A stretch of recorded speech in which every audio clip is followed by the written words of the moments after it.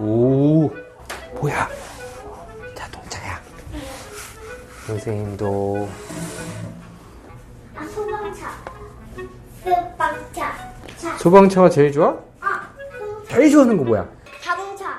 자동차? 자동차 경주도 봤어? 아니, 못 봤어. 경주를 못 봤어? 자, 선생님은 지금부터 서로 복이 없음. 자, 선생님은 그린다. 네, 반갑습니다. 최민주입니다. 자, 오늘은 저희 얼마 전에 이벤트를 통해서 신청받은 아이를 만나고 왔습니다. 자, 오늘 만난 친구에 대해서 설명을 좀 드려볼게요. 어떤 느낌이냐면은 분명히 라포 형성이 됐거든요. 그런데도 불구하고 언제든지 약간 떠날 준비를 하고 있는 모습들, 약간 수업을 하다가도 중간중간에 조금 안 될 것 같은 것들이 보이면 바로바로 떠나는, 그러니까 집중이 다시 떠나버리는 그런 모습들을 보이는 친구였습니다. 어머님이 판단하는 아이의 모습부터 한번 볼게요. 호기심은 많은데 낯선 환경에 적응하는 시간이 좀 걸리고요. 조용히 관찰하거나 엄마 옆에 붙어 있는 것이 좋은 아이다. 그러나 익숙한 환경에서는 종종 거친 모습을 보이기도 하고 자신감이 없어서 나는 못한다라는 말을 자주 하고 있고요. 예민한 부분이 좀 있고 짜증이 좀 많다라는 말씀을 하셨어요. 그러면 오늘 먼저 수업한 것부터 좀 보도록 할게요. 자, 제가 본 아이의 모습을 보니까 이 친구에게 좀 느꼈던 것 중에 하나는 자신이 그러니까 하고 싶은 것과 실제 갖고 있는 능력이 갭이 있다는 게 느껴졌어요. 예를 들어 보겠습니다. 수업을 하다가 자동차를 만들고 싶다고 자동차를 그려서 잘랐단 말이에요. 보통 아이들은 자동차의 모양을 만드는 거에 집중을 한다면 이 친구는 조금 더 원리에 관심이 많은 거예요. 그러나 이 친구가 자기가 그 자동차를 굴러갈 수 있게끔 만들 수 있을 만큼 표현할 정도의 능력은 되지는 않았어요. 자동차를 만들기 위해서 필요한 조각들이 있어요. 거 아니야? 매직이라 그려야 돼. 그렇지. 그 조각들을 아무렇게나 그려주면 선생님이 그 모양대로 칼로 잘라줄 거야. 그럼 그걸 갖고 만들기를 하는 거야. 알겠지?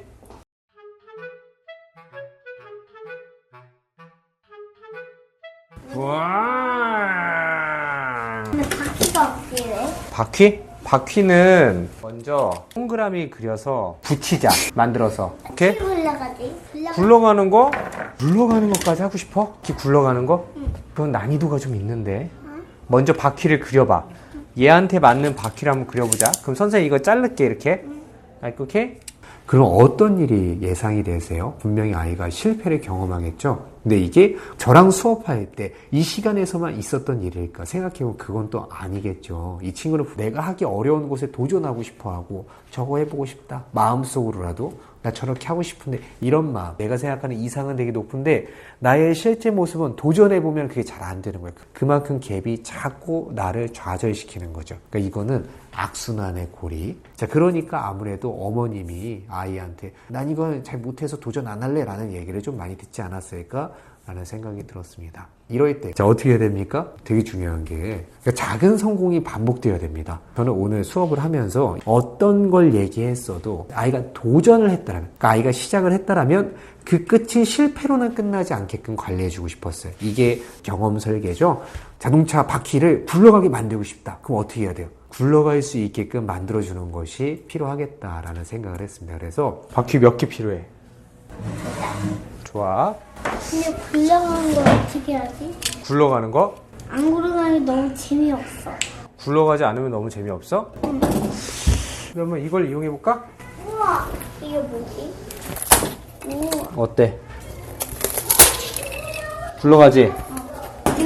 한번 껴봐. 여기다 꽂이는 거야? 꽂아요. 약식으로 빨대를 이용해서 구멍을 뚫어서 베어링을 만들고 아이가 만든 자동차가 어떻게든 굴러가는 단계까지 갈 수 있게끔 해줬는데요. 그 중간에 또 중요한 거, 선생님 다 해주면 안 되죠. 아이가 어떻게든 그 안에 살 수 있는 역할 찾아서 분배해주고. 그렇지. 오케이. 그리고 아이가 그걸 통해서 이건 내가 했어 라는 성취의 욕구를 맛볼 수 있게끔 아이에게 공을 돌려주는 게 매우 중요합니다. 그래서 제가 베어링에 연필을 넣어서 구멍을 뚫는 게 그렇게 어렵지가 않고 아이한테 베어링을 주고 구멍을 뚫는 걸 시키고 아이가 성공했을 때 딱 끝난 다음에 너가 해냈어. 봐봐. 우리가 할 수 있다고 믿으니까 된다 야. 그지? 한 번만 더 들어봐. 할 수 있다. 할 수 있다. 이렇게 해서 아이가 하나의 내가 하겠다라는 그 도전을 했으면 그것이 반드시 성공으로 끝나는 경험을 이 수업 시간에 적어도 한 3번 이상 느꼈으면 좋겠다라는 생각으로 아이와 수업을 진행을 했고요. 뒤쪽도 한번 뚫어줘.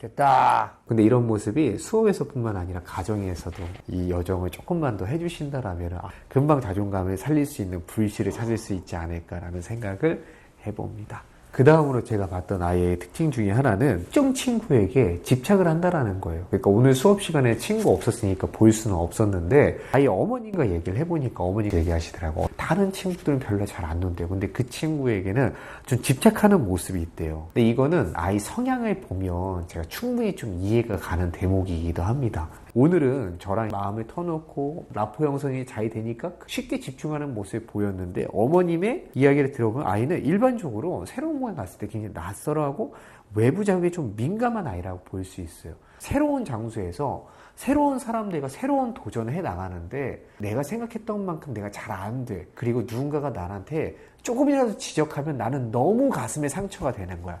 그러면 어때요? 내가 애지간한 거 새로운 거 도전하지 않게 되고 오늘 제가 이 부분을 느낀 대목은 뭐였냐면은 그런 거 물어볼 때가 있어요. 엄마가 좋아 아빠가 좋아 이런 걸 물어볼 때가 있는데 오늘은 뭐 아빠가 되게 재밌대요. 그러면은 아빠 말고 또 누가 재밌어? 선생님이 또 재밌대요. 저랑 라포 형성이 잘 됐으니까 재밌다고 하는 거겠죠. 그 아빠가 재밌어 선생님 재밌어 이렇게 물어봤어요. 그랬더니 아이가 보통 선생님 잘 모르니까 아빠가 더 좋아 이렇게 얘기하는 경우가 있는데 이 친구는 선생님과 아빠 뭐 모르겠어요 둘 다 재밌어요 이렇게 중립을 자꾸 지키려는 모습을 보이는 거예요. 이 친구는 조금 타인의 평가에 예민한 친구일 가능성은 좀 많이 있겠다라는 생각이 들었어요. 누구랑 노는 게 재밌어? 선생님. 선생님이랑? 응. 나랑 노는 게 재밌어? 응. 집에서는 누구랑 노는 게 재밌어? 아빠. 아빠? 아빠 잘 놀아줘? 잘 놀아줘. 잘 놀아줘? 아빠가 좋아 선생님이 좋아? 아빠랑 선생님. 에이 둘 중에 한 명만 넣어. 지야. 둘 다 좋아? 응. 그럼 엄마가 좋아 아빠가 좋아? 다 좋아. 둘 다 좋아? 그럼 엄마가 좋아 선생님이 좋아? 아빠랑 엄마랑 선생님이 좋아. 셋 다 좋아? 응. 알았어 고마워. 그래서 이런 친구들을 교육할 때 우리가 알아야 되는 것 중에 하나는 뭐냐면은 신뢰를 얻는데 특히 이제 어른이 신뢰를 얻기에 시간이 좀 걸릴 수 있을 만한 아이예요. 친구랑 놀기에도 이 친구 한 번이라도 나를 평가하거나 하는 모습이 있으면 그 다음부터는 신경 안 쓰적 하면서도 이 친구랑은 같이 있기 싫어하거나 조금 떨어지려고 하는 모습들이 금방금방 보이지 않을까라는 생각을 해봤습니다. 어머님, 아버님께 드리고 싶었던 조언 중에 핵심은 뭐냐면은 이 아이가 지금 갖고 있는 성향들이 분명히 학교 생활이나 단체 생활을 할 때 지적을 많이 받을 만한 요소들이 있어요. 그 다음에 어머님이 하는 행동은 뭐냐면 이거를 알려주려고 하세요. 답답해서 고쳐주려고 하시는 게 일반적인 어머님들의 모습이란 말이에요. 그런데 이렇게 말로 해서 고쳐질 수 있는 거라면 제가 진지하게 고치자고 했어요. 그게 안 된단 말이에요. 이런 친구 다룰 때 진짜 오해하지 말아야 되는 게 이게 덜 혼나갖고 이런 거예요. 이거 더 무서운지 무서운 사람 만나면 안 그래. 이런 얘기 좀 안 했으면 좋겠어요. 실제로 옛날에 직장에 뭐 이런 거 누가 고쳐준다고 태권도 사범님이 가갖고 이렇게 하고 막 계속 애가 문제 행동 일어날 때마다 이렇게 혼내가지고 결국 아이 며칠 만에 사망한 사건이 있었거든요. 진짜 아이가 안 되는 부분이 있는데 우리가 이런 아이를 오해하고 막 정말 진짜 네가 무서운 게 없어서 그렇구만. 아주 그냥 더 세게 하면 네가 그냥 말을 듣나 안 듣나. 네가 이기는데 이런 거 절대 하면 안 돼. 너무 많은 규정과 잣대를 들이밀면서 아이를 만들어가려고 하는 노력 자체가 소통이 끊기는 문제를 일으킬 수 있다고 생각을 합니다. 자, 엄마가 예를 들어서 아이가 갖고 있는 문제를 계속 지적하기 시작해요. 어느 순간 어떻게 돼요? 아이 입장에서는 내가 뭐만 말만 하면 엄마 내가 잘못했다고 얘기해. 뭐만 얘기하고 어떤 일만 생기면 엄마는 나를 지적하고 나를 혼내려고 해 라는 것들이 쌓이게 되면 아이는 어느 순간부터 문제가 생겨도 엄마한테 얘기하지 않게 됩니다. 학교나 단체 생활에서 이 아이를 그렇게 이해해주지 않고 지적을 하기 때문에 이게 아이가 이렇게 상처받는 것을 내가 두고 볼 수가 없다라는 의견을 주실 때가 되게 많은데요. 제가 이 부분에 대해서 좀 속 시원하게 대답을 드려볼게요.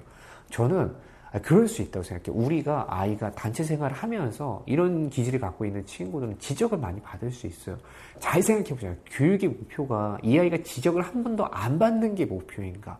아니면 이 아이가 이 시기를 잘 보내서 나름대로 자신만의 단체 생활을 해내는 소셜 스킬을 잘 획득하는 게 목표인가? 봤을 때 후자가 목표라면 저는 단체 생활을 피하는 게 답이 아니라고 생각해요. 아이가 살아가는 세상에 학교와 집 딱 두 군데인데 여기서 학교에서 계속 지적을 받아요. 집에 왔는데 엄마도 계속 지적을 하는 거예요. 그 이 아이가 버틸 수 있다 없다. 6세가 못 버텨요. 이런 세상을 살아가는 아이들은 금방 망가질 수밖에 없습니다. 이거는 아이뿐만 아니라 이거는 40살 넘어도 못 버틸걸요. 이럴 때 필요한 거. 집에서는 그거의 힘듦을 털어놓고 얘기하고 공감받을 수 있는 장소가 돼야 돼요. 그렇기 때문에 어머님이 이 아이를 훈계하고 가르치는 건 더 중요한 것을 먼저 이 아이가 갖고 있는 기질을 이해해 주는 것이다.